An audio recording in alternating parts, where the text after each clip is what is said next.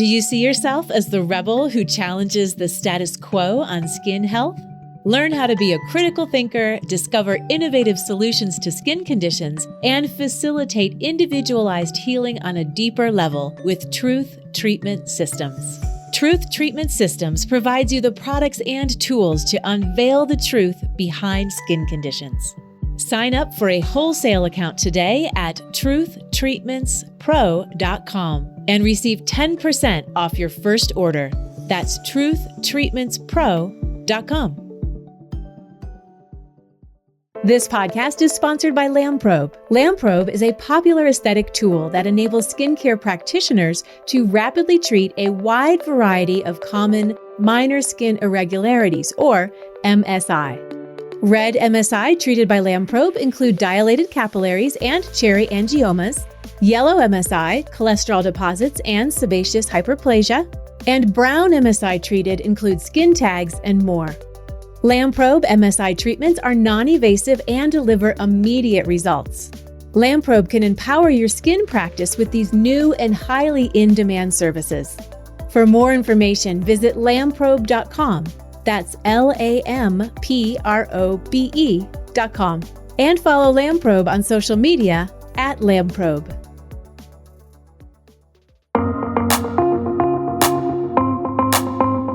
Hello and welcome to ASCP and the Rogue Pharmacist with Benjamin Knight Fuchs. In each episode, we will explain how internal and external factors can impact the skin. I'm Maggie Stasek, ASCP's Education Program Manager, and joining me is your skincare formulator and pharmacist, Ben Fuchs. Hey, Ben. Hey, Maggie. Nice to see you. Nice to see you. So mushroom skincare is huge right now. Why?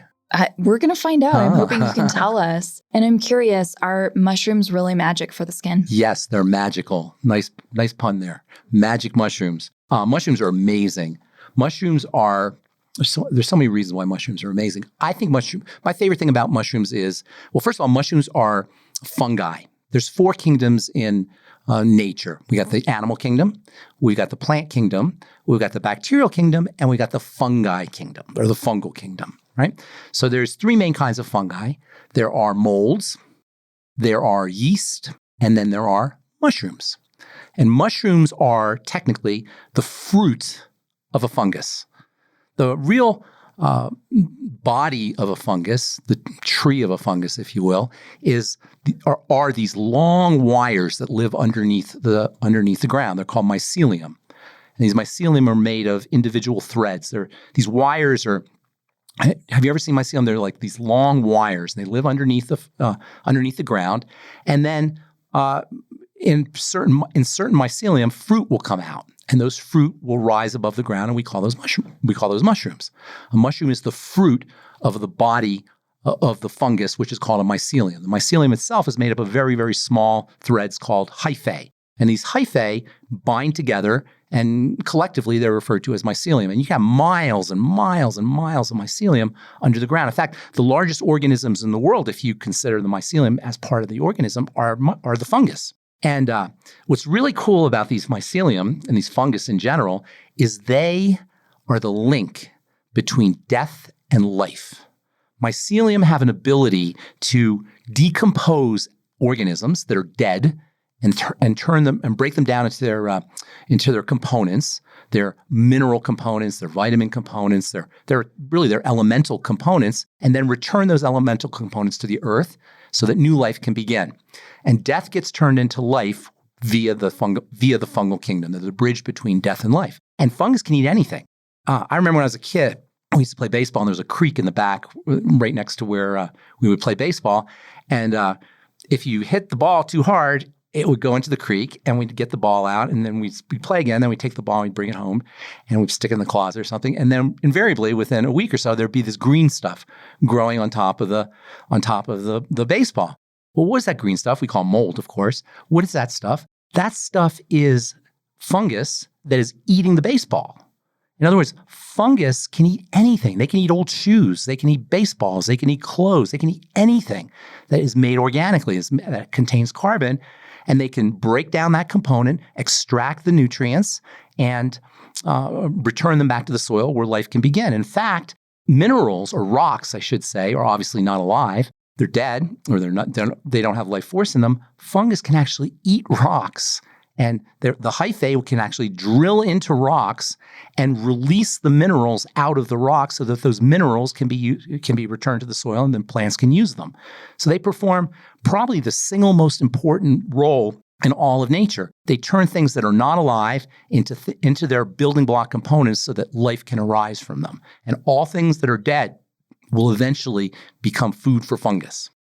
You're saying something that really struck me, and I've never thought of it, is that the fungus is eating that thing. I've always thought about like mold or whatever as growing on something, not eating the thing. It's not growing. I mean, we do say that, it's growing on it, but what's it doing? How's it growing? It's growing by eating the baseball or by eating your clothes or anything that's moldy. That mold is actually eating whatever it's sitting on. And not only is it eating it, but it's breaking it down so that those components can be used by the fungi. And then what's not used is actually released into the environment so that it could be used by some other life form. Yeah, I guess if you think of a fungal infection. Now, fungal infections can be kind of nasty, right? And in fact, fungal infections in the world of pharmacy are notorious for being very difficult to treat. Why? Because fungus grow not with seeds like a plant, but with something called spores. And spores have a really, really hard shell around them. And it's very difficult for medicine to get through that hard shell. And so fungal infections are notoriously difficult to treat. And the drugs that they use to treat fungal infections are super, super toxic and super strong. So fungal infections, in other words, it's like we were talking earlier about pigmentation. When the body wants to pigment, it's going to pigment. Likewise, when a fungus wants to grow, it's going to grow.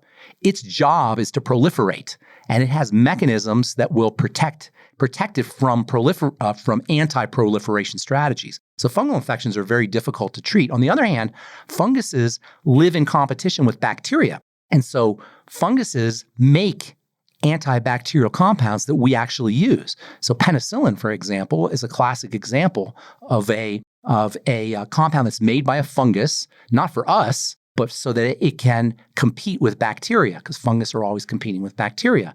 Cephalosporins like Keflex and Ciclor, those are made from funguses. Again, the idea being the fungus is trying to kill the bacteria. So there's this chemical warfare going on between the kingdoms. And in fact, you probably heard of people saying they have fungal infections. Candida is a classic example of a fungal infection inside the body. Well, one of the main reasons why people get fungal infections is because we're doing things to kill the bacteria in our colon, in our bodies, drinking antibiotic-laden water, taking antibiotics in food or in fish or in animal products. All of these conspire to kill our microbiome. And when the microbiome is killed, one of the main jobs of bacteria is to keep the fungus in check. You always have fungus in your body. You always have candida in your body, but it overgrows. When people say, I have a fungal infection, I have a candida infection, what they really mean is the fungus is overgrowing. Why? Because the bacteria, which should be controlling the fungus, has been killed off by a lot of the things that we do in our day-to-day life, like drink antibiotic water or take antibiotics. A lot of the things we do kill off our microbiome. Sugar is another reason. Fungus feed on sugar. Fungus love sugar. In fact, that's one of Louis Pasteur's great discoveries, was that yeast in beer eat the sugars in the grains to release carbon dioxide and alcohol. That's how we get beer. That's how we get alcoholic beverages. The fungus eat the sugar. Fungus loves sugar. So between killing off the bacteria by taking antibiotics or ingesting antibiotics in food or water, and our excess ingestion of sugar, we do things that allow fungus to proliferate and overgrow. So if you want to try and get rid of a fungal infection, you want to make sure you're using probiotics, make sure you're supporting intestinal health, and make sure that you're not eating a lot of sugar. In fact, the yeast diet is a low sugar diet because of the relationship that sugar has to yeast proliferation, yeast being a form of fungus. On the upside, mushrooms are loaded with nutrients. The fruiting body of a mycelium, which we call a mushroom, does that make sense when I say the fruit of a mycelium? The fruit of a mycelium, the mushroom, is packed with nutrients, and not just any nutrients, but it's specifically packed with nutrients that you can't get from plants, because mushrooms are a cross between a plant and an animal. So we find that things like vitamin D, which is only found in animal foods, or vitamin A, which is only found in animal foods, are found in mushrooms also. So for vegetarians, mushrooms make great sources of nutrients, because vegetarians would or vegans, I should say, would be missing these things like vitamin A and vitamin D. Mushrooms are good sources of them. Mushrooms are also great sources of protein. They have a solidity to them. And that's why when you are a vegan and you want to make a steak, you'll make a mushroom steak. Because mushrooms have a kind of a thick amount of protein, body protein, protein that has a substance to it. So they make great substitute foods for vegans and vegetarians. Mushrooms are also a good source of something called glucosamine, which I'm sure you've heard of, a specific form of glucosamine called NAG. In fact, the mushrooms, one of the main differences between mushrooms and plants is plants have their cells contain or have a wall around them, a hard wall around them, and that hard wall around the cell of a plant is made up of something called cellulose. And we use cellulose in skincare, and cellulose causes a lot of digestive problems for some people that can't digest cellulose. Cellulose is used to make paper. We use cellulose for a lot of things. Well, mushrooms have a cell wall that's not made of cellulose, but it's made of something called chitin, which is also found in insects. It's a very hard substance. And chitin is made up of long chains of something called N-acetylglucosamine, or NAG. And this NAG is unbelievably important for the digestive system, for skin health, for joint health, has really wonderful benefits. And this is all part of the mushroom plant.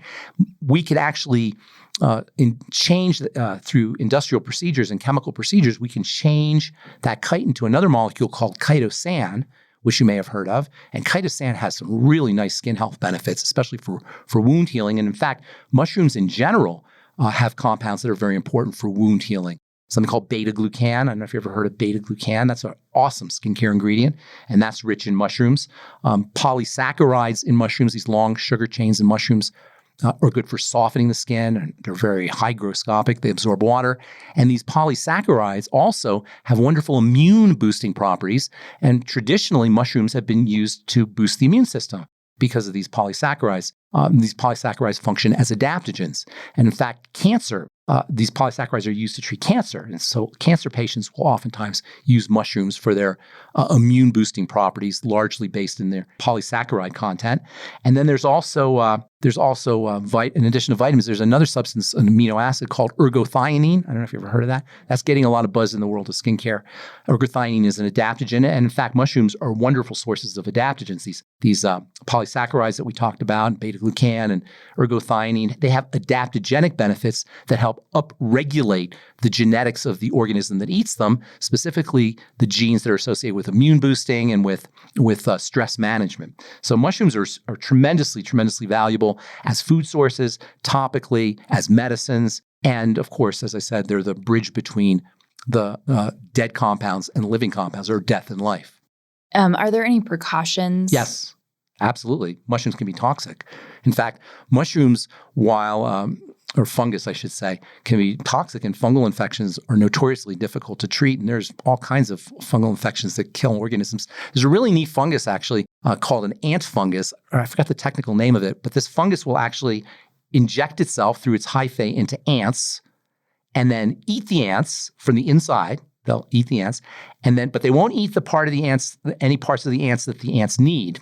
They'll eat parts of the ants that the ants can live without so that they can sustain the ants, so they can keep feeding, because if it's dead, they won't get the same benefits, apparently. So they'll eat the ants, and then, check this out, this is so cool, they'll go into the ant's brain, and they'll compel the ant to go to a nice moist section of the forest where they will then explode through the ant and release their spores into the forest. This is called a zombie ant fungus. Isn't that wild? That is crazy. What about in terms of using topical product that has some kind of mushroom extract in it? Adaptogenic, number one. Polysaccharides, which have a hygroscopic, meaning water trapping property for softening the skin. If you've ever ground up a mushroom, you know how it feels kind of slimy? That slime is the polysaccharide, and slimy substances have an ability to attract water. So using mushrooms topically is a great skin health strategy. Plus, maybe one of the most important skincare ingredients, one of the most important and underappreciated skincare ingredients from an adaptogenic and wound healing and anti-aging perspective is beta-glucan. And mushrooms are one of nature's best sources of beta-glucan. So yes, mushrooms used topically can do some wonderful things for the skin. Great benefits. But are there precautions topically? No. You don't have to worry about that topically. But there are mushrooms that you definitely don't want to ingest, poisonous mushrooms. Are there mushrooms commonly used in skincare? Not necessarily, but the most common mushrooms that you hear about are reishi mushrooms, maitake mushrooms, cordyceps mushrooms, shiitake mushrooms. There's like 9 or 10 of, there's thousands of mushrooms. I think there's probably over 1 million different forms of fungus, but about 100,000 have been classified.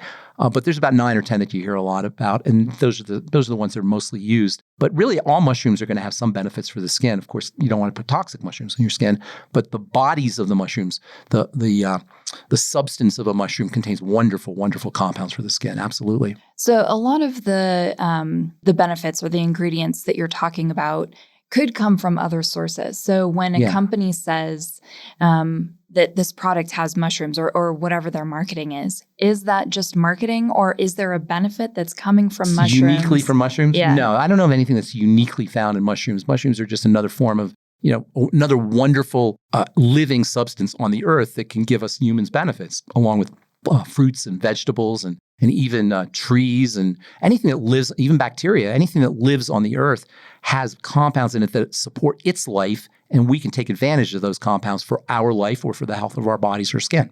That concludes our show for today, and we thank you for listening. But if you just can't get enough of Ben Fuchs, the ASCP's Rogue Pharmacist, you can listen to his syndicated radio program at brightsideben.com. For more information on this episode, or for ways to connect with Ben Fuchs, or to learn more about ASCP, check out the show notes.